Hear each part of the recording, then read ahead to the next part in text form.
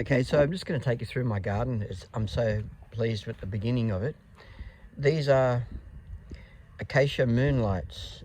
They will grow to about 3 meters and they should give me a lot of screening from this area. I know they don't look like it right now because they've got pretty thin leaves. These leaves they look pretty thin and scrawny, but it's actually going to be quite a dense foliage which will block off this area right up to about 3 or 4 meters high, and then give a lot of shade to the side of the house because the sun sets in the west over that way.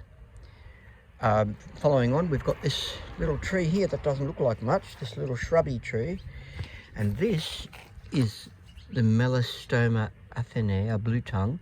It'll fill up this whole area here and give privacy, and also it has berries, apparently a blue berry that you can eat. It gives you a blue tongue.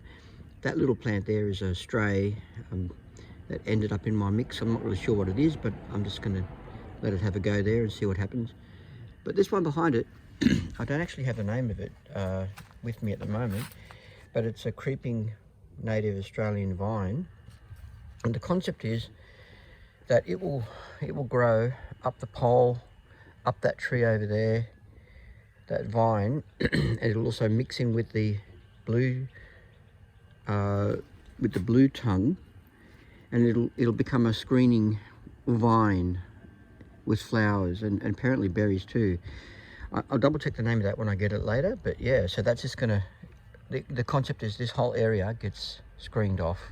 Over here we've got a thing called Minty.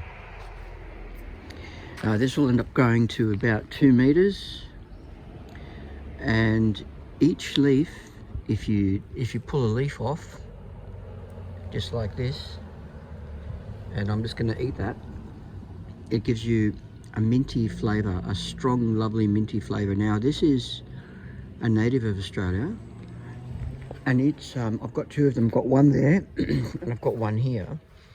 Those 2 will grow and fill up that area, and this one will grow and fill up this area here as a shade, and a beautiful minty flavour. It's just like having a packet of chewing gum. So this is like a minty lolly or something. Of course, the aloe veras, I had that one for a long time, for about 5 or 6 years, and as you can see, it's shooting up flowers now out of it's drawing energy, I guess, out of its own leaves to make those flowers. And there's its girlfriend on the side, and it's got lots of little aloe. So I'm just going to make this an area of aloe. I've got another pot of aloe I'm going to put there today, so I'll just let the aloe do its thing around here. It can all hang out. And of course, these beautiful flowers here, they call this the Philotheca. So it's a flowering shrub. And it should give me a nice dense foliage. It also grow, I think it said about 1 meter. 1 meter. So I'm looking at it getting to, I would like it, so with the Philotheca, these are all low growing shrubs. So they should fill up, you know, around halfway or so, a nice low shrubby foliage. Over here then we've got the screening, apparently that blue tongue plant there will actually grow quite large with the acacias closing off this side. And then we've got this bent palm tree, which I can't really cut it down. I feel like it's too quirky and nice to cut down, but as you can see, it reaches just beyond the awning. It's not very problematic at all, so I thought let's give it a chance and keep it going. And its trunk bends all the way down. It's not something I normally would have thought I would like to keep, but it seems to be quite attractive and silly and nice, so keeping it there. And I transplanted this beautiful tree, which is starting to come into bud. and I'm hoping I get the flowers. It's a carnation. I'm not sure what colour it is. It could be white carnation or a pink carnation. Now, it was transplanted just a few days ago, so it's been given a lot of TLC at the moment. We use liquid sea salt.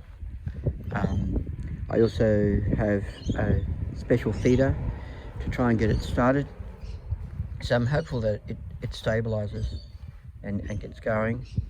Now on this side, over here, being very careful not to hurt them, these are roses.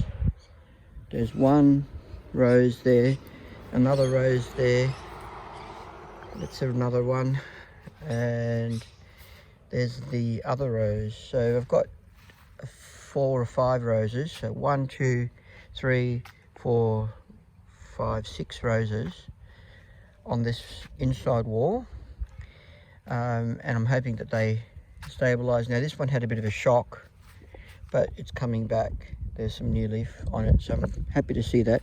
I might cut that branch off there, but yeah, I'm happy to see them. They're pretty tough. I hope that they come back. I'm not an avid rose person, as in I don't know a lot about roses, but I think we're on the right track with them somehow. And here we have one of my childhood favourites, the jonquils. So this is a pot of jonquils, which I'm believing when people come through the gate, I'm hoping soon we have a bouquet of daffodils, young jonquils growing there. I remember when I was a boy in Maryland, where I grew up, that the jonquils had a beautiful scent that you could smell as you arrived. This is the mother-in-law's tongue.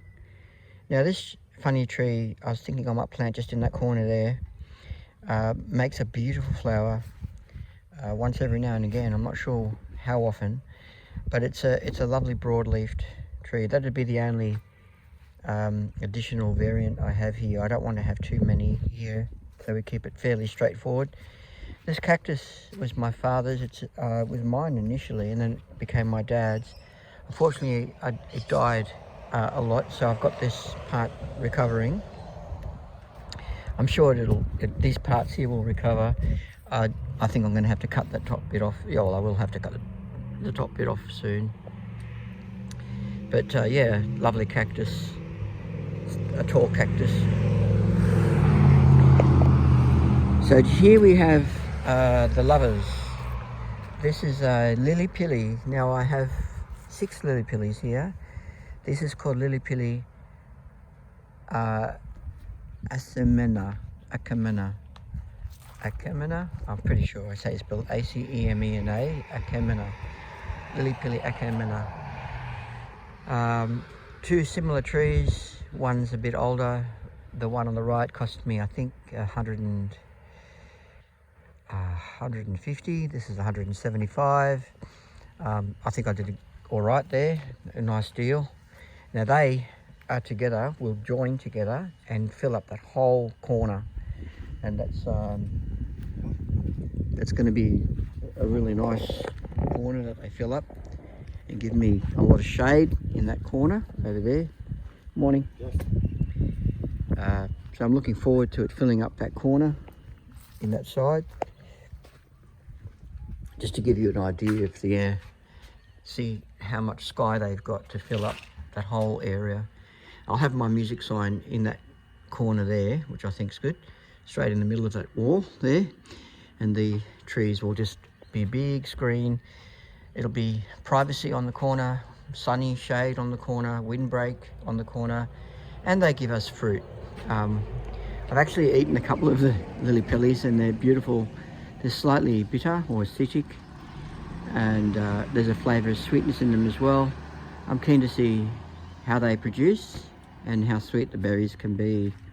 I don't know if you call them berries or fruits or exactly what you call them. Here we have something which can just go insane. We'll wait and see what that's going to do. That is a locust tree, and potentially it can occupy the world above it. It probably has the deepest root system out of all the trees we've got, and it also could have potentially the highest potential. So it could go 15 to 20 meters as high as this tree here, and just fill this entire area here. So between the three of them, I think we should have lots of shielding. Although that tree, the locust, will probably be food for bats as well. Now, I did pass one thing I'd like to point out. I'm very happy with this tree. This is the pomegranate tree, which was one of the first ones in the series of planting that we did. Lovely fresh foliage coming up as it tells me that spring is coming and winter is ending. It's one of those trees that really comes out just towards the end of winter, and I love how it does that, and it tells you that seasons are changing. It's one of my boyhood trees, one of the Maltese national trees. It's quite well loved. So pomegranate tree or Rumina tree, this one's I think about 2 or 3 years old, and I'm expecting it to go right up towards the awning. In summertime it'll fill right out and give us lots of green coverage, and I expect this side here to reach over the walkway and people walk under it. Now that's actually sort of poetic for me, poetic being that the tree represents resistance and resilience. In the Second World War, it was growing out of destroyed ground, rocky ground. It was bearing fruit soon after the Second World War for the people of Malta, and it represents regrowth and healing and resilience. I'm very proud of, I love that tree, and it's a gift from my brother Joseph, as was the locust tree that came from Joe. So yeah, that's a great one, that one. All right, now outside here we have a lovely bit of development going on. I'm very proud of these ones. They're holding nicely. We have red bottle brush, and there's a red bottle brush flower. These ones have been in the ground for about 2 months or a month and a half or so, and it's going to be a hedge. This whole thing is a hedge. It took quite a bit of digging to get this hedge in. This is a I think it's about, I'd say 2 tons of dirt had to be dug out. It's 20 meters, 25 meters long, and it has 2 ton of dirt put in, and then a ton of white quartzy stone put on top. So we've got Murraya, which is a beautiful native hedge that'll grow up. It can go 3 to 6 meters. Anything's possible with this one. It can go right up above the fence, and then we can prune it to the height we want to give us visual privacy. I can let this side here grow right up so that we get a lot more corner privacy on the corner, and of course you can shape the hedge, so it's lovely that we can then choose how far we want to go with the Murraya. And then we've got the red bottle brush, red Edeavour that is, and that goes all the way down. And it's lovely to see that the Murraya is already coming into flower, which is just beautiful. This is a citrusy plant.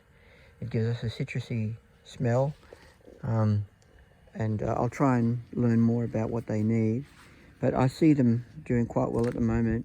But one of my favorites is this guy here. These are the red Edeavours. They're already starting to blossom, I guess. They put out a red bottle brush all the way through. That's lovely. Now on the street we have another set of lily pillies, and I call these the guardians. And I love these ones, and it took a lot to figure it out. We had to get approval from the council to do this. You can't just plant on the street. So they came through the other day and said that we could plant, but they didn't give us the plants. They didn't pay us to do it. I had to buy them. There's $320 worth of plants here, $80 each.